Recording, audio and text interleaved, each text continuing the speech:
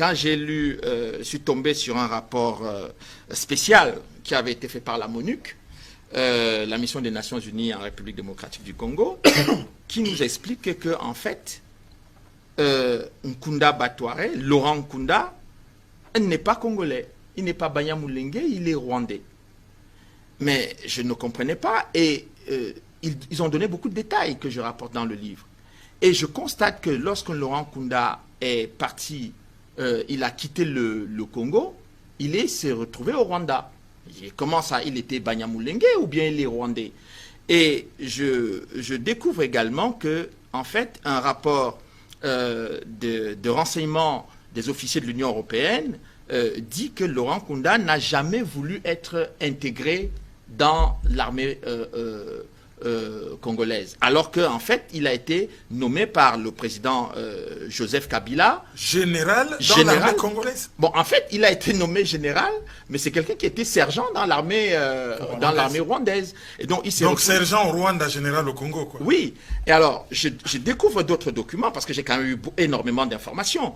Je découvre que cette information était connue par l'actuel ministre de la Défense du Congo, M. Jean-Pierre Bemba, qui avait tenté en vain de convaincre le sous-secrétaire d'État américain en lui disant que non, mais M. Nkunda n'est pas congolais. Je le connais depuis longtemps quand je l'ai rencontré à Kisangani et donc je rapporte, effectivement, j'ai eu d'autres détails effectivement sur ça, mais j'ai rapporté également cet aspect des choses. Mais plus important, c'est le cas d'Azarias Ruberwa.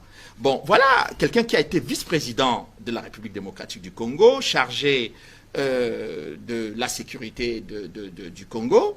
Et je découvre que le diplôme d'État, qui est l'équivalent pour les Zaïrois à l'époque, qui était le baccalauréat, dit qu'il est né à Rugezi, au Rwanda. C'est le territoire nord du Rwanda. Bon, dans le livre que Azarias Ruberwa lui-même écrit de sa main, il dit qu'il est né à Minembwe.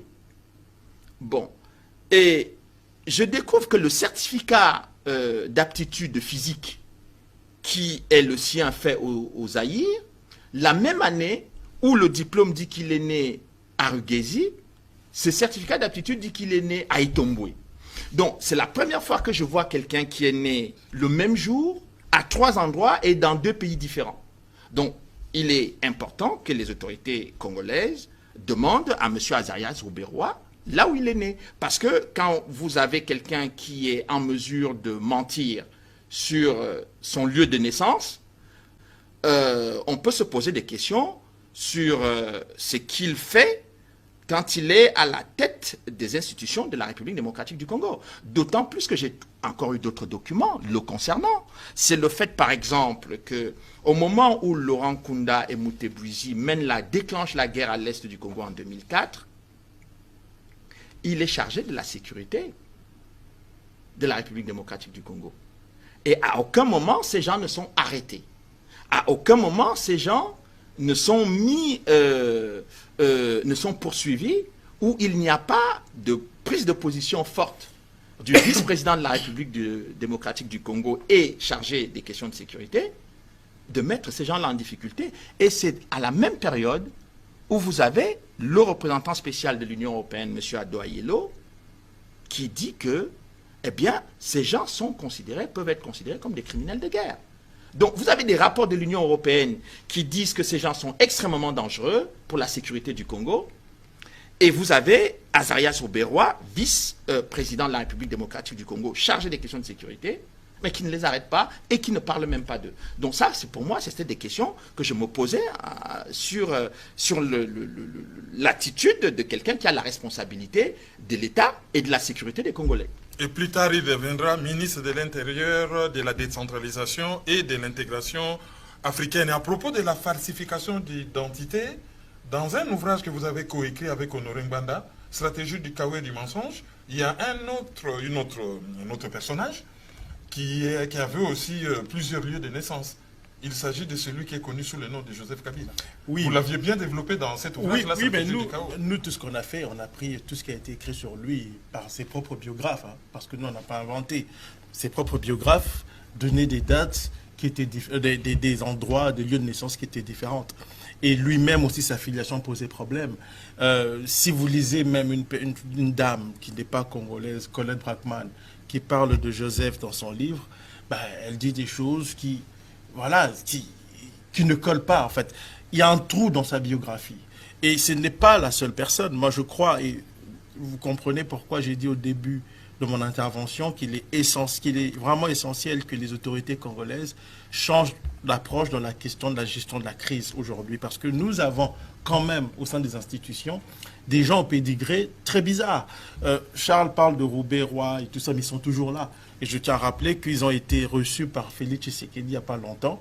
Et Félix Tshisekedi leur a assuré une certaine protection de la présidence. Parce qu'ils sont présentés comme des Congolais.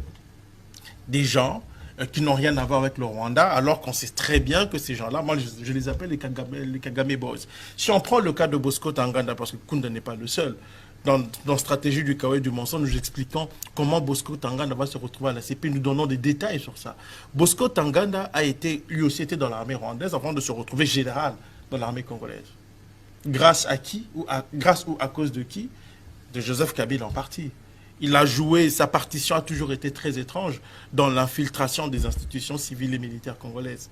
Donc moi je pense qu'aujourd'hui les autorités qui sont en place doivent aussi prendre leurs responsabilités. On a un livre qui est là, il y a des révélations accablantes, il y a des choses qui donnent froid dans le dos quand on lit le livre de Charles. Et moi je pense aujourd'hui que Félix Tshisekedi et son gouvernement, tous ces gens doivent prendre leurs responsabilités face au peuple congolais, aussi face à l'histoire. Et je crois surtout que c'est le genre de bouquin qu'on doit enseigner, parce que bon, là tu as parlé de la France qui veut enseigner le génocide et tout ici.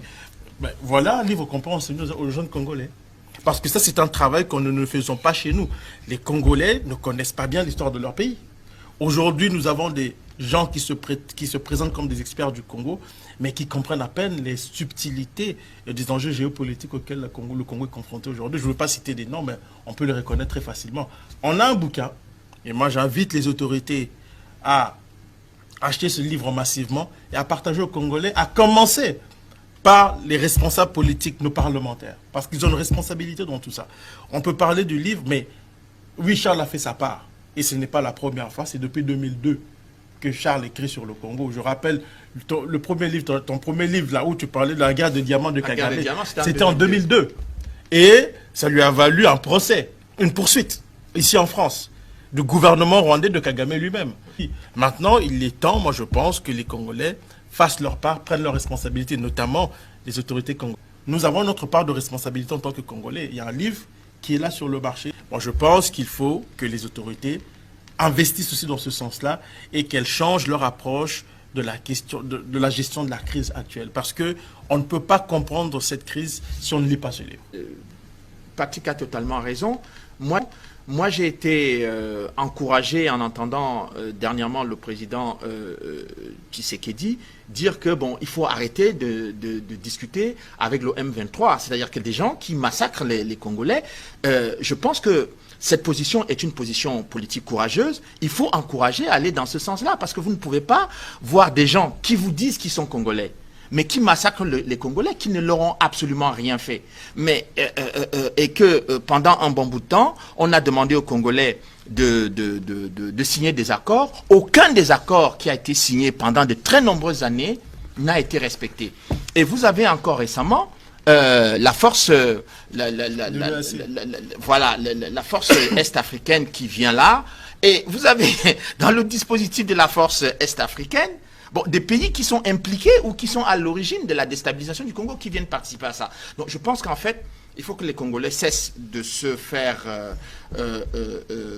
prendre pour des gens pas sérieux. Moi, je connais beaucoup de Congolais très sérieux. Et il faut aussi qu'on écoute à l'intérieur du pays et à l'extérieur du pays, les Congolais qui sont sérieux, qui aiment leur pays et qui ont envie que la dignité et la fierté du peuple congolais soient retrouvées. On n'aurait jamais accepté. Le maréchal avait tous ses défauts. J'ai travaillé sur sa chute. J'ai vu la façon dont je raconte la façon dont on a organisé sa chute. Bon, il avait tous les défauts, mais il avait quand même une certaine fierté d'être zaïrois. Et donc, je ne pense pas qu'il aurait laissé ce qui est en train de se passer aujourd'hui se faire, même s'il y a des gens qui disent oui, c'est parce qu'il n'avait pas fait telle ou telle chose que ça s'est arrivé. C'est vrai, mais le problème, c'est que aujourd'hui, la dernière position que venait de prendre le président Tshisekedi sur le fait de cesser toute discussion et négociation avec le M23 est une position courageuse. Il faut maintenant, pas qu'il ne soit pas le seul à le dire, il faut que d'autres responsables politiques aillent dans le même sens et soutiennent sa position. Ça, c'est aussi là, ça, c'est que Patrick Mbeko appelle la responsabilité des hommes politiques. Le président ne peut pas dire une chose et puis il n'y a pas de relais dans l'ensemble de la classe politique. Il faut que chacun assume son rôle et sa responsabilité parce que les Congolais interrogeront leurs dirigeants si effectivement ce pays est détruit. Moi, ma crainte, et c'est l'une des raisons aussi pour lesquelles j'ai fait ce livre, c'est que il ne faut pas que les gens croient que la volonté de détruire le Congo est une petite volonté. C'est une volonté très sérieuse, c'est un plan très sérieux et ceux qui ont envie de détruire le Congo sont assez déterminés. Donc il faut qu'aujourd'hui, en face, les Congolais aussi soient suffisamment déterminés pour défendre la souveraineté nationale et défendre la dignité du peuple congolais.